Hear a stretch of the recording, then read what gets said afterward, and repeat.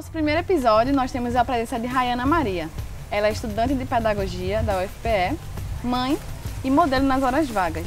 Ela também é idealizadora do projeto Ficcionalizinho, um projeto que envolve pedagogia e audiovisual com o público infantil. Queria agradecer o convite de estar aqui, é um prazer muito grande estar com vocês, estar participando e estar trazendo um pouco disso que eu estou engateando, começando a fazer, que é o projeto Ficcionalizinho.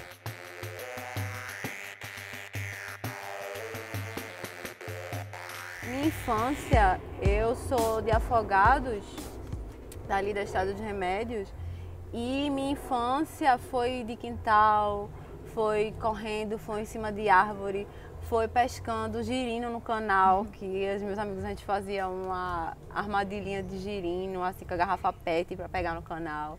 Foi dentro de, no geral assim, foi uma infância bem rica, livre, né, dentro da medida do possível, que é morar numa periferia, né? A gente sabe dos perigos e das belezas que é morar dentro de uma favela.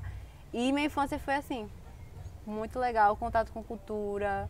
Minha avó tinha um bloco de carnaval, então a gente sempre cresceu assim. Muita gente, muitas mulheres dentro de casa, morava com muitas mulheres, muita gente.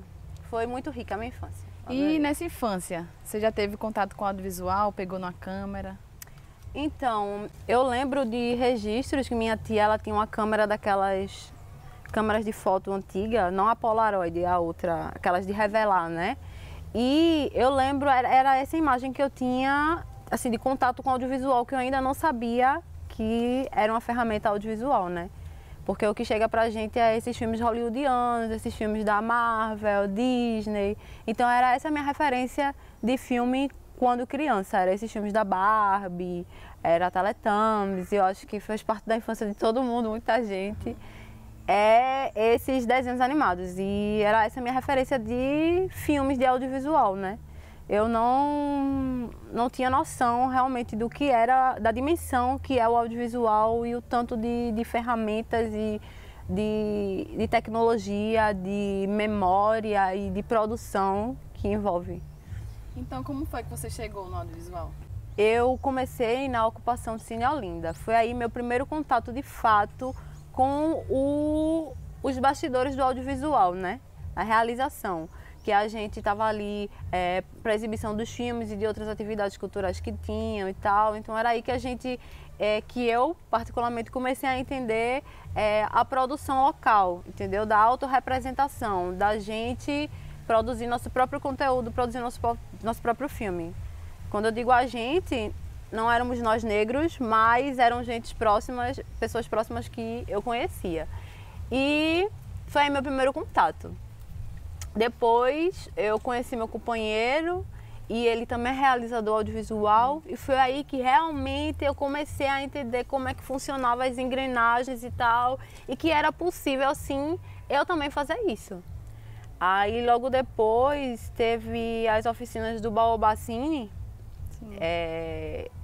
a mostra de cinema negro, que eu participei, que era uma oficina para além de Nollywood, que aí traziam referências assim, de pessoas negras. O Nollywood, né, que é de lá o cinema da... É da Nigéria, né? Tá confirmando ali. Da Nigéria, que eles produziam com a realidade deles, com a vivência deles. E ali foi que agregou muito, assim, tanto para mim quanto conteúdo, assim, de coisas que eu aprendi, quanto de realmente ser possível eu fazer alguma coisa, instigar pessoas a fazerem coisas, a produzirem coisas e da gente se representar. De que era interessante também o nosso cotidiano, nossas vivências. Aí foi aí que veio o estalo, que eu decidi que sim, poderia produzir filmes, poderia produzir coisas, né? Aí logo em seguida eu entrei na faculdade, pedagogia, e demorei um pouco para me reconhecer dentro do curso, até perceber essa possibilidade de unir os dois, o audiovisual e a pedagogia, né? Com crianças. Eu senti essa necessidade de ver as crianças como... Eu vejo as crianças com grande potencial, porque elas são criativas, elas são... A gente adulto que disciplina elas, né? Que engessa elas, porque as crianças são muito produtoras, assim. E eu percebi que elas poderiam sim realizar coisas e crescer com essa representação, de crescer com essa nova ideia do que é produzir audiovisual, sabe?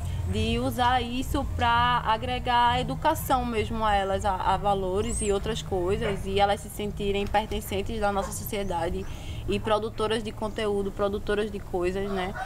Que elas não crescessem com a ideia que eu tinha de filme, que eu achava que era só esses filmes hollywoodianos Sim. que eram produzidos. Enfim, de mudar essa perspectiva mesmo, essa visão, né? Do que gira em torno. E também de mostrar que é possível, né? Um estímulo muito grande o audiovisual, o cinema para as crianças, né? Isso. E falando de estímulo, Rayana, a gente queria comentar um pouco sobre o seu projeto do Coque Vídeo, né? Que é do edital Narrativas Periféricas do Fim desse Mundo, que é o filme lançado em 2020, no meio da pandemia, O Mundo em Cima de um Avião, que é um filme realizado por Adrian Lucas, de 10 anos, né? E que conta sobre a primeira viagem imaginária num avião, né? E como é que foi isso, desde que recebeu uma câmera de filmar a ida dele para o espaço?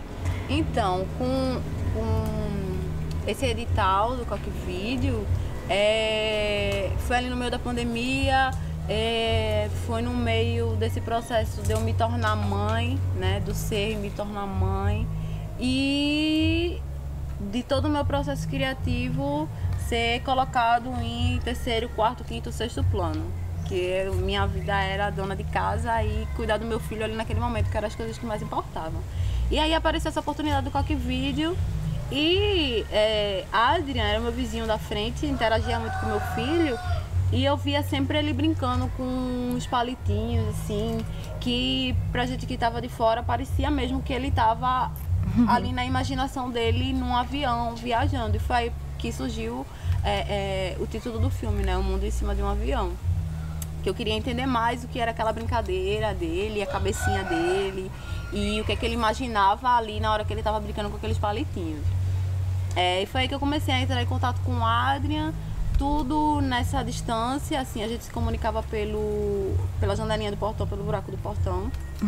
E entreguei uma câmera a ele, conversei, perguntei se ele estava afim, se ele queria mexer, conhecer e participar dessa brincadeira, e ele topou. Então eu entreguei uma câmera com cartão de memória e produzi em casa, assim, artesanalmente mesmo na mão, uma caderneta explicativa, assim, didática, né, para que ele entendesse esses primeiros processos básicos, né, tivesse essa noção básica do que é filmar, pega na câmera e entender essa coisa da luz, do som, da sombra. Tem mais outros processos dentro da metodologia ficcionalizinho, né, que faz parte da edição, finalização, essas coisas, só que com ele não dava, tinha que ser mais distante mesmo. Então esse processo de edição e finalização foi eu que fiz em casa, eu junto com o meu marido, foi a gente que fez em casa. Então é isso, a gente meio que direcionou ele, né, assim, induziu, a verdade é essa, a gente induziu ele a fazer Estimulou ele, isso. Deu a câmera, a ideia do roteiro também. Foi vocês ou ele que conta a história dele ali? Então, a ideia do roteiro base para o projeto foi nossa. Só que a gente não tem o controle, eu também não gosto de controlar, porque senão a gente vai estar quebrando o processo criativo da criança. Como ele ficava com a câmera em casa, eu dizia a ele, você filme, a câmera é sua, você vai filmar o que você acha que tem que ser mostrado, o que você quer que as pessoas vejam. E tinha a vizinha dele, a nossa vizinha também, minha também, Emily, que era amiga dele, eu não conheci nesse processo, que participou com ele. E eu não sabia que eles tinham essa ideia de dele e Adrian ter um estúdio de animação. Isso, quando eu cheguei pra ele, pra conversar com ele, eu acho que rolou um pouco dessa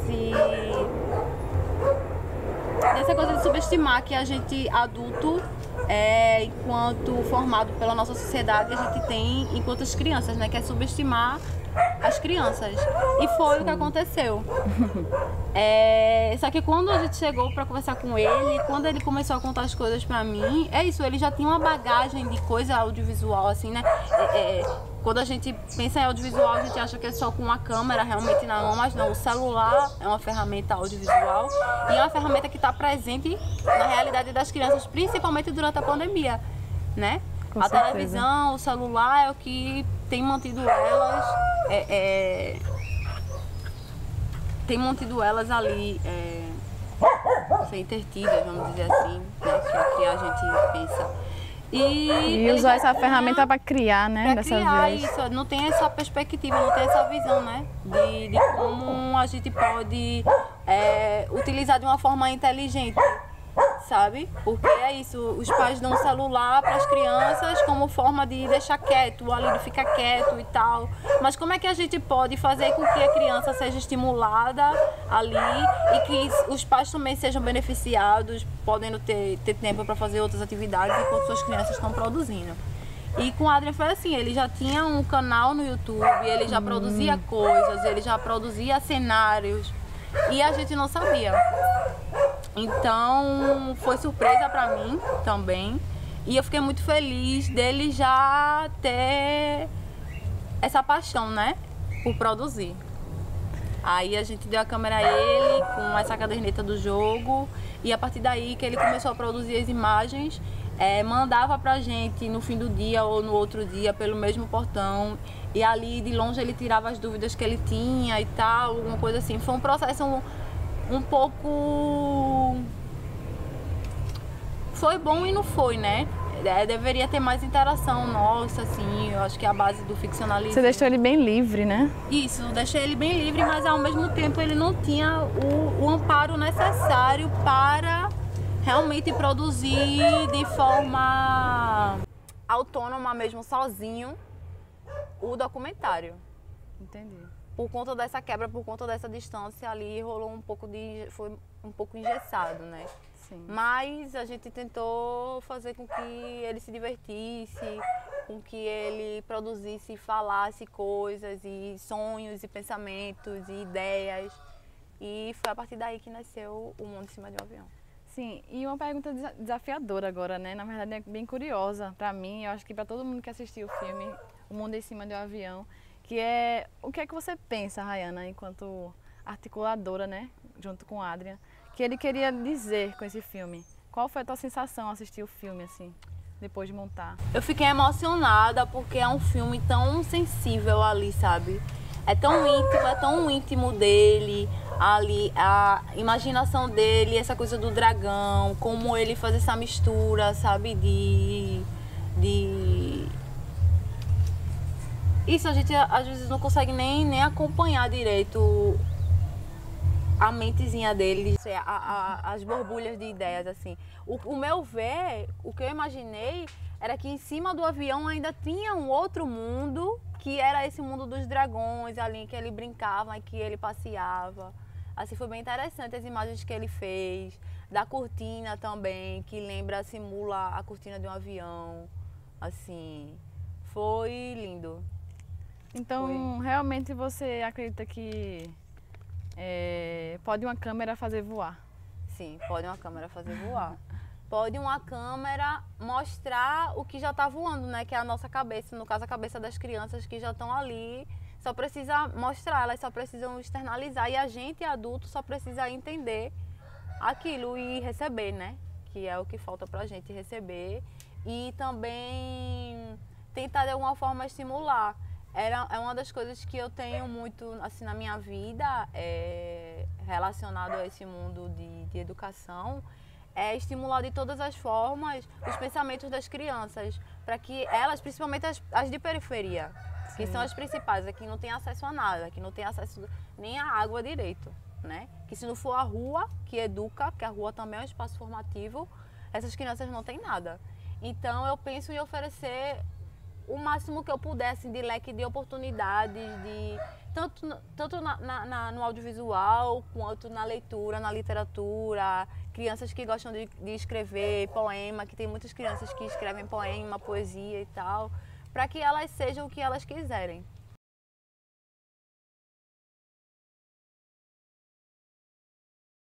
Muito bom, muito massa. É muito bom estar discutindo sobre essas crianças periféricas, né, que não são visibilizadas. E eu acredito que quando a gente traz projetos como esse para dentro da periferia, eu acho que eu, enquanto realizadora também, penso muito nessa infância, né, nessas crianças que estão crescendo do meu lado. Sim. E a gente se vê nelas também, né? Sim, exato. E elas, principalmente elas, se vê em nós. Se vê em nós. Ela vê assim uma mulher realizando um trabalho, vê no YouTube, vê na televisão, isso. Vê na rua, na periferia, com a câmera na mão, ela vai desejar de alguma forma esse estímulo, sabe? E vai sonhar com alguma coisa para a vida dela, né? E vai entender que aquilo ali é próximo da realidade delas, não entender que é uma coisa distante, né? Que era essa imagem, eu acho que todo mundo assim que mora em favela tinha, não só do audiovisual, como outras coisas. Depois que a gente vai crescendo e que vai entendendo as diferenças, é isso. O contato com as diferenças é o que falta, entendeu? O que falta é o contato com as diferenças para essas crianças, porque o resto já é natural, assim, elas já vão se encaminhando. Legal. Rayana, mais uma pergunta. Para você, enquanto estudante de pedagogia, qual é a importância de trazer para o campo educacional essa ideia do audiovisual, né? Dessa alfabetização no audiovisual? Então, agora durante a pandemia, uma das coisas que eu acho que é o principal desafio, né? Que a gente estava conversando lá dentro, eu não gosto da palavra educadores, mas sim dos educadores e das crianças, isso, é a tecnologia, é como é que a gente vai se relacionar ali, naquele universo, né? A tecnologia já está presente, como eu falei, com o celular, com essas coisas, só que é isso, como é que a gente pode usar isso, agregar isso na formação da criança?